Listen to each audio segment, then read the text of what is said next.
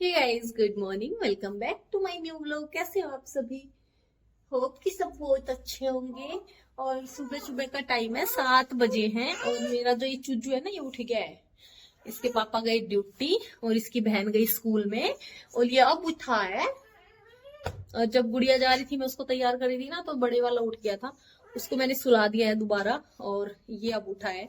मैं सोच रही थी इनके उठने से पहले चाय पी लेती हूँ, क्योंकि मौसम इतना प्यारा है ना आज। इतनी मस्त बारिश हो रही है कि मैं आपको क्या बताऊं।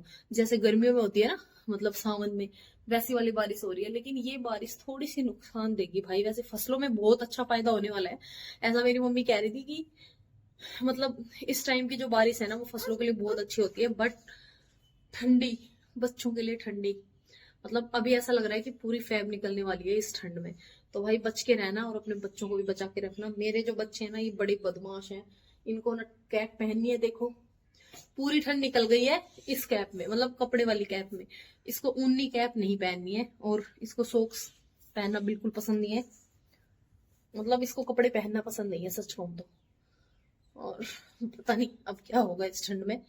तो आज के ब्लॉग की शुरुआत हो रही है 7 बजे से और देखते हैं आज दिन में क्या क्या कर पाते हैं हम। नहलाऊंगी तो बिल्कुल नहीं इन दोनों को। और मेरा भी आज इरादा नहीं है नहाने का, क्योंकि इतनी ठंड में कौन ही नहाएगा, बाहर बारिश हो रही है और ठंडा बहुत है ना बेटा? सुनो, नाई नाई करेंगे हम? बता दो, हम नाई नाई करेंगे? करेंगे हम नाई नाई? आप बताओ, हम नाई नाई करेंगे? जल्दी बताओ। ये ऐसे चिपका रहेगा, बताओ क्या काम कर ले। मतलब मुझे तो नहीं लग रहा कि मैं कुछ काम कर पाऊंगी अगर ये ऐसे ही रहा तो मेरे चिपक के। पर फिर भी स्टार्ट करते हैं थोड़ा बहुत कुछ।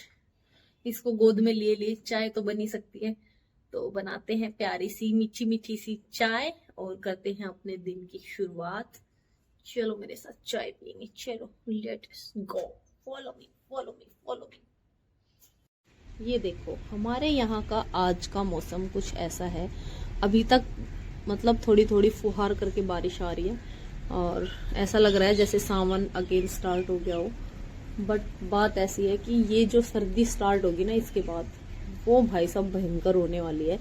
क्योंकि कुछ दिनों की सर्दी बची थी और उसके लास्ट में अब बारिश हो गई ना, अब ये सर्दी और बढ़ने वाली है। मुझे लग रहा है इस बार ना पूरी फैब निकल जाएगी सर्दी में। छुपे ऑरेंज खाते हो? ये छुपे छुपे ऑरेंज कौन खाता है? इतनी छुपा, हाँ इतनी छुपा ऑरेंज कौन खाता है भाई? अच्छा, गोद में नहीं लूंगी मैं काम करूंगी बेटा, मैं बहुत काम पेंडिंग है अभी। ये देखो, सुबह के 8 बज रहे हैं और इन दोनों को चाहिए ऑरेंज। सुबह सुबह ऑरेंज चाहिए इन दोनों को, गंदे बच्चों को। गोलू, आपको ऑरेंज इतनी अच्छी लगती है? ये आप ब्रेकफास्ट कर रहे हो? ये ब्रेकफास्ट में खा ले दही पोहा। दही पोहा खा रहे हो ना? दही नहीं है तो क्या है? क्या है ये गोलू? ब्रेकफास्ट में दही नहीं खा रहे आप? ये तो दही, मुझे तो इसमें दही दिख रहा है मिक्स हुआ। मुझे तो इसमें दही दिख रहा है।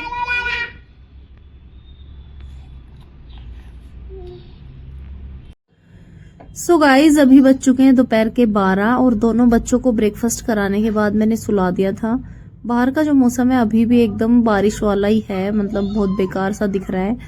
और अभी मैंने सोचा कि लंच बनाने में थोड़ा टाइम है, तो चलो मैं तब तक अपने पालक और मेथी को ठीक कर लेती हूँ। पालक और मेथी को ठीक करना इतना टाइम कंज्यूमिंग है ना, और उसके बाद ये थोड़ी सी मेथी निकलती है इतने सारे डंठल निकालने के बाद। तो ये काम है ना, जितनी देर में होता है उतनी देर में तो पता नहीं कितने सारे काम हो जाएं। तो बहुत ही बोरिंग वाला काम है ये। इसको करने के लिए ना मुझे बहुत ही स्पेशल टाइम निकालना पड़ता है। अगर मेरे बच्चे जग रहे हैं ना, उस टाइम पे मैं ये काम करने लग जाऊं तो पूरे घर में मेथी के और ये पालक के डंठल उठा उठा के डाल देंगे। तो अभी मुझे ये बहुत सही टाइम लगा कि बच्चे सो रहे हैं, तो मैं अपना ये काम कर लेती हूँ। और पता है, कई दिनों से नहीं, मतलब लास्ट 2 इयर्स से मैं ये सोच रही हूँ कि मैं अपनी जो ट्विन प्रेगनेंसी मेरी जर्नी है या डिलीवरी है, उसके बारे में मैं आप लोगों के साथ शेयर करूँ। बट मुझे ना टाइम ही नहीं मिल रहा है, इतना टाइम नहीं मिल रहा है मुझे कि मैं बैठ के आराम से आप लोगों के साथ अपनी जर्नी शेयर कर सकूं।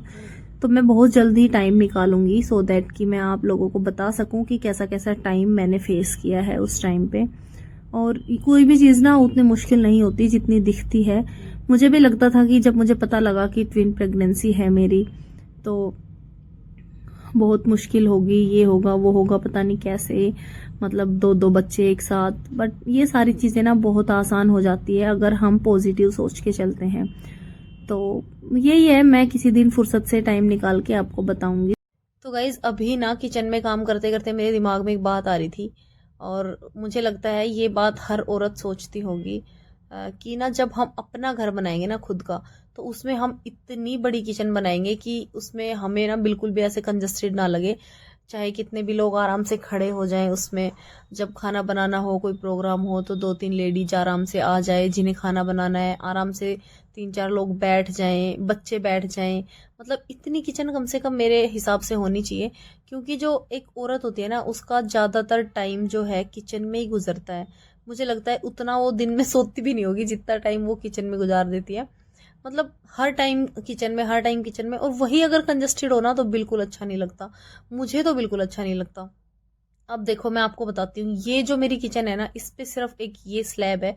इस पे चाहे मैं गैस रख लूं या मैं कोई टोकरी रख लूं, या मतलब बहुत सारी चीजें ऐसी होती है जो हमें स्लैब पे ही रखनी होती है। और अब देखो बच्चे हैं ना, ये नीचे हर एक चीज को उठाते हैं।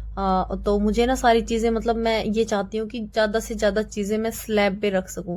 और मतलब ज्यादा नहीं तो 2-3 स्लैब कम से कम किचन में होनी चाहिए, जिसमें हम अपना सामान अच्छे से एडजस्ट कर सके।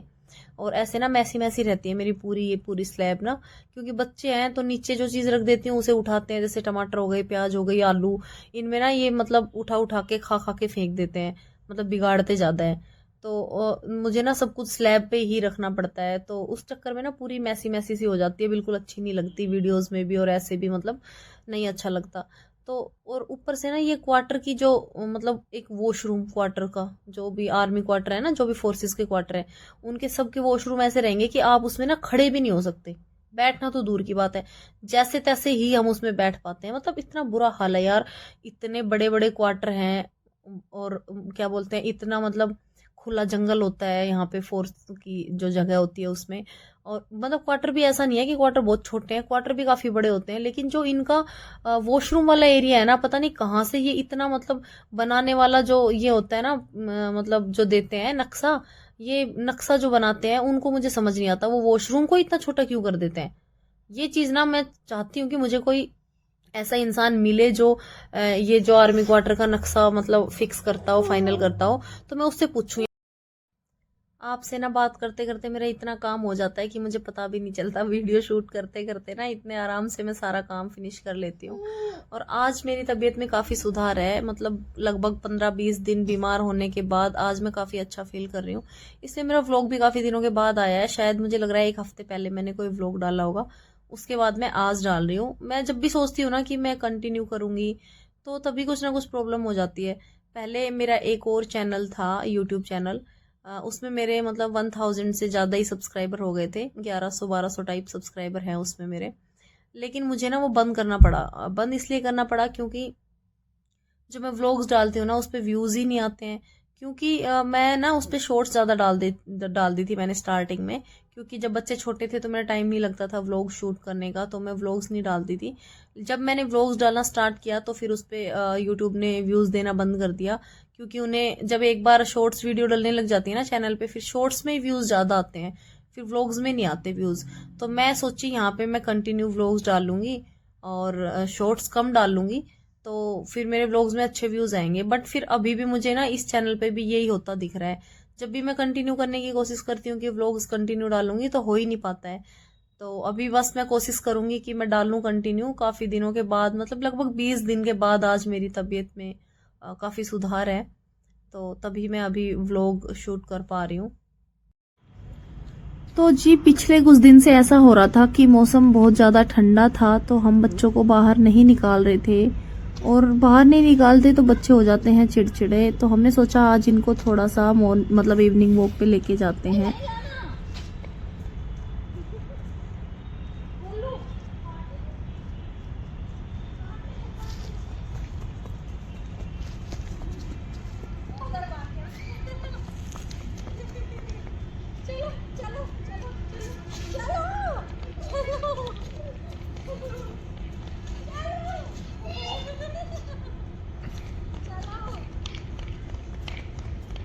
पीछे जाएगा यार देख इसके। बोलू बाय बंदर मामा, वो है बंदर, मोटू बंदर बाय। तो वॉक से आने के बाद फौजी साहब यहाँ पे बना रहे हैं जूस, जो कि आंवला बीटरूट और कैरेट का है। तो मैं सबको ये सजेस्ट करूँगी कि ये वाला जूस सर्दियों में आप सबको लेना चाहिए, क्योंकि इसमें हीमोग्लोबिन बहुत ज़्यादा है और ये आपके शरीर की बहुत सारी कमियों को पूरी करता है। और जो खास करके प्रेग्नेंट लेडीज़ है उनके लिए तो ये जूस बहुत फ़ायदेमंद है। तो ये जूस आप ले सकते हैं, हीमोग्लोबिन बढ़ेगा आपका इससे। और मैंने जो है अपनी पूरी प्रेगनेंसी में ही जूस लिया था, तो मेरा हीमोग्लोबिन लास्ट तक 13 था, बिल्कुल भी कम नहीं था। ट्विन प्रेगनेंसी होने के बावजूद मेरा जो हीमोग्लोबिन है वो बहुत बढ़िया था। तो डॉक्टर ने मुझसे पूछा था कि क्या राज है, तो मैंने ये वाला जूस ही बताया था। ये जूस मैंने पूरी प्रेगनेंसी लिया है सर्दियों में। तो अभी आज का व्लॉग यहीं पे एंड करते हैं और मिलते हैं आपको एक और नए प्यारे से व्लॉग के साथ। अगर आपको हमारे व्लॉग पसंद आते हो तो प्लीज़ हमारे चैनल को सब्सक्राइब करना ना भूलें। Take care.